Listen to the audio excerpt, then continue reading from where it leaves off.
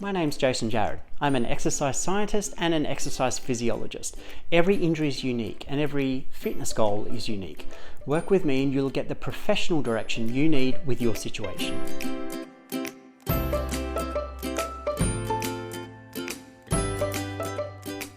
Welcome back. Today we're going to talk a little bit more about something I've touched on probably many times in my previous videos: mindset.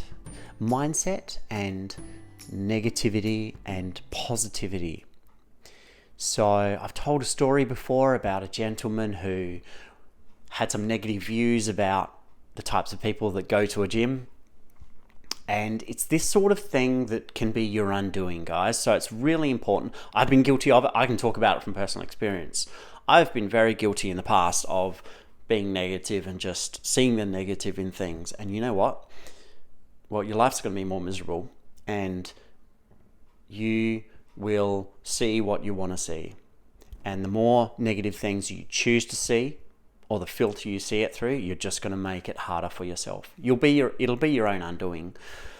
I've had new people particularly in a gym environment, who come in to see me for a complimentary session and they go away and they just unravel. They go away and have a hissy fit because they didn't get all the freebies that they expected. And what do you think ends up happening with these sorts of people? That you never see, they're never heard from again. So unfortunately, people self-sabotage. They self-sabotage, I suspect, and it's not even entirely conscious. They self-sabotage because they're not actually ready for change, or they're scaring themselves with having taken that first step. So they self-sabotage by pretending not to be satisfied with something or finding something to fuss or complain about. And in that way, they don't actually have to begin the journey. There's very specific types of people. Over my years of experience, I can often spot them. Not always. I'm not a fortune teller, but I can look at someone, speak to them for a minute or two and know this probably isn't going to work. This person's, they're going to self-sabotage. They're going to spiral out of control with their own negativity. And there's a lot of it out there. People have this negativity they bring with them, the negative thought patterns and negative beliefs, and they can pretend to be positive for a little while. It doesn't last long, because if you're pretending, the negativity just comes out sooner rather than later. I've spoken about keeping a journal, a gratitude journal. I think this is really important. If you identify with having some negative thoughts and negative beliefs, I think the gratitude journal is a good way to go, as well as a little bit of cognitive behavioral therapy. And just to recap, that is, the gratitude journal is essentially just every day write down a couple things that you're grateful for. It changes what your brain's focusing on, what you're thinking about.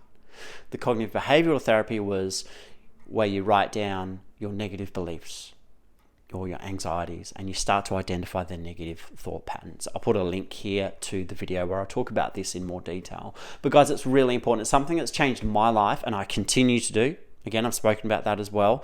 Really important to analyze your own negative thoughts, because without doing that, a lot of the time, it's really easy to relapse into the old behavior patterns. What we're talking about, whether it's injury rehabilitation, chronic pain management, or if you're on a fitness journey, what we're looking at is lifestyle change. So we can't just look at I'm an exercise physiologist, but we can't just look at exercise, because for me, exercise that's the easy bit. You guys really, my clients, I should say, you guys don't realize what I'm having to do when you come to see me. We're not just going through exercises. There's a lot of little subtle tactics I have to try to employ to get you to think about exercise more, to see the positives in it, to go away and hopefully do the stuff you need to do and then come back to me. It's not easy. And I hope I make it look easy, because they say one of the trademarks of someone who's good at what they do is they make something that's difficult look easy. So I hope that I'm doing it well, and I hope that I make it look easy. But if I do, and I am, don't be deceived, because it takes a lot of practice and a lot of experience to make this stuff look easier than it really is. That's my job though. I don't want people to feel overwhelmed or too much fear when it comes to lifestyle change or exercise or their rehab goals. The goal is for you to feel comfortable and safe, and to have the toolkit to know how to self-manage yourself a bit. So mindset is really important. It's one of those things in your toolkit as well. Really important to catch your negative beliefs about things, guys. Like I've spoken about that guy in the gym who just thought the gym was full of wankers. Well, there's your self-sabotage. I guess he doesn't exercise, or at least he doesn't work out in a gym. I'm not saying that you need to go to a gym, but it really limits your options with strength training if you have this negative belief that just simply isn't true. You're self-sabotaging. Why are you doing that to yourself? Why?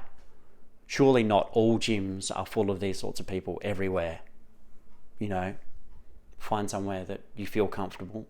Try to analyze your negative beliefs, and just be really careful with the assumptions that you're making about other people. We see what we want to see. Thanks for joining me again, and comment below about any experiences you've had or anything you'd like to share. Take care.